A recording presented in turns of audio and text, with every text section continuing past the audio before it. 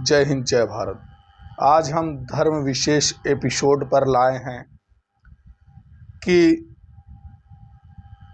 जो धार्मिक कार्यक्रम होते हैं वो कैसे अपमानित हो जाते हैं किसी व्यक्ति विशेष के कृत्य पर। मान लीजिए कोई व्यक्ति किसी धर्मगुरु से जुड़ा हुआ है, उनका फॉलोअर है, उनके यहाँ आता जाता है, उनकी सेवा करता है, उनसे ज्ञान की प्राप्ति करता है, उनके प्रवचन सुनता है। और अगर मान लीजिए वो व्यक्ति किसी मामले में दोषी पाया जाता है, जो मामला समाज में जिस मामले को अवैध कहा जाता है, उदाहरण के तौर पर झूठ बोलना, चोरी करना, तमाम ऐसे मामले।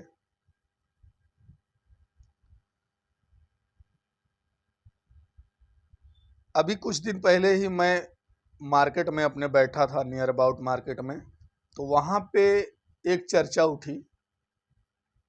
लोगों ने कहा कि ये फला आदमी इतना गलत आदमी है, ये उस गुरु के पास जाता है और ये उस गुरु की महिमा को भी दूषित करता है, दुष्प्रचारित करता है। तो मेरे दिमाग में ये विचार आया कि कोई भक्त, कोई फॉलोवर अपने गुरु को कैसे अपमानित कर सकता है।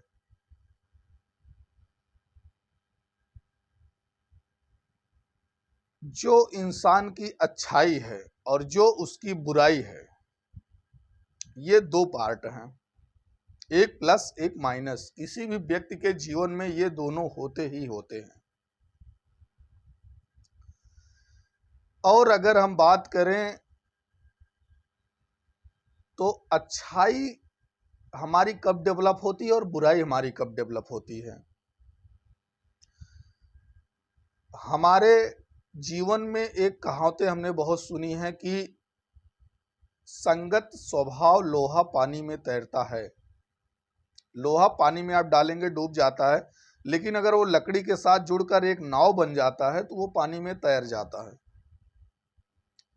ये कहावत हमने बहुत ज्यादा सुनी है।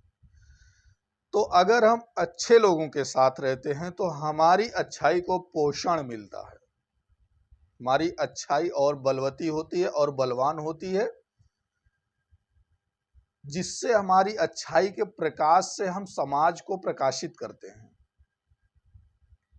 एक रोल मॉडल, एक हीरो, एक अगुआ, जिसको देखकर कुछ समाज के लोग मोटिवेट हों, ऐसा एक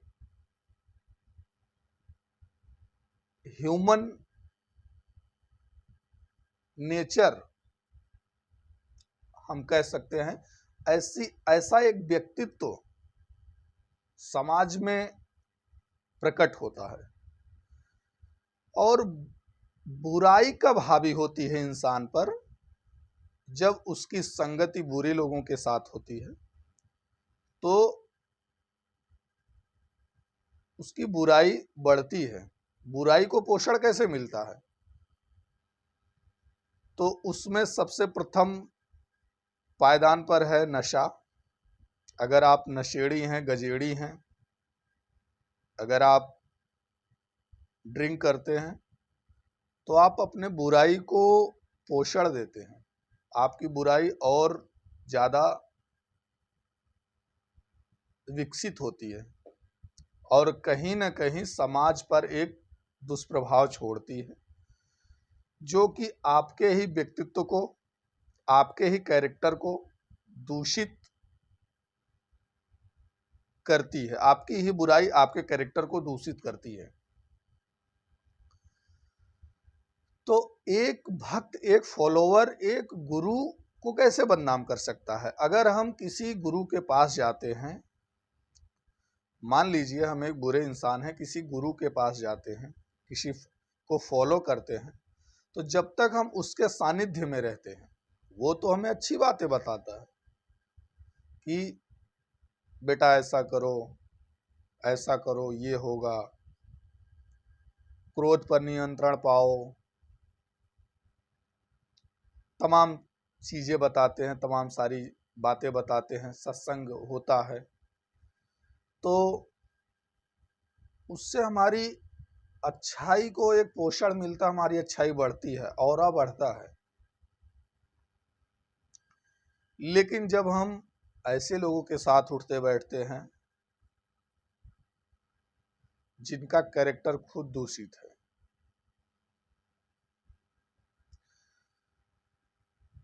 तब आपकी बुराई को पोषण मिलता है।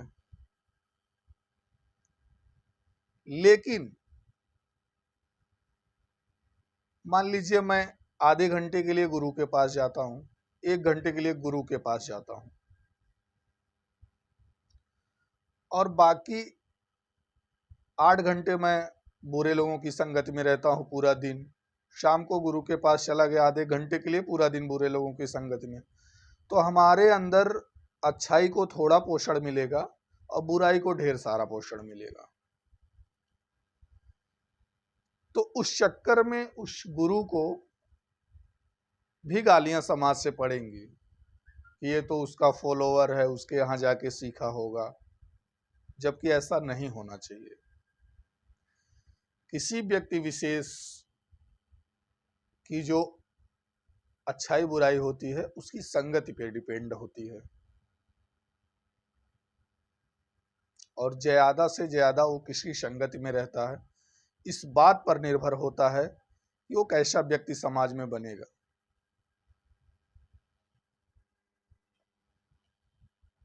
तो आगे से किसी गुरु का और किसी फॉलोवर का, किसी भी व्यक्ति का जिनसे वो जुड़ा हुआ है, उसकी महिमा को दूषित ना करें समाज के लोग।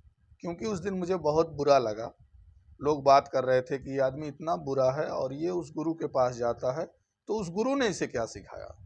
भाई गुरु तो बांट रहे हैं ना, गुरु तो अच्छाइयां ही बोलते हैं, लेकिन हम उसको अपने आचरण में कितना उतारते हैं, कितना उसको फॉलो करते हैं, कितना उनके विचारों को सुनकर अपने बिहेवियर में लाते हैं, यह बात हमारी चेष्टा, हमारी कामना और हमारी सोच के ऊपर निर्भर है।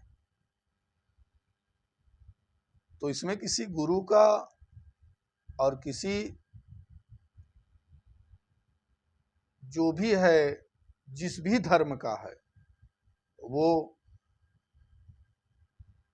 मंदिर में रहने वाले बाबा हो सकते हैं, पुजारी हो सकते हैं, वो मस्जिद में रहने वाले मौलवी हो सकते हैं, वो चर्च में रहने वाले पादरी हो सकते हैं, फादर जो भी बोलते हैं उनको वो हो सकते हैं। उसमें किसी भी व्यक्ति का अपना अधिकार है उसका कि वो कितना फॉलो करता है दिल से। सुनने का तो ठीक है, गए आधा 1 घंटे बैठे सुने उड़ा दिए, अलग बात है, लेकिन जब हम उसको अपने व्यवहार में लाते हैं तो बदलाव होता है।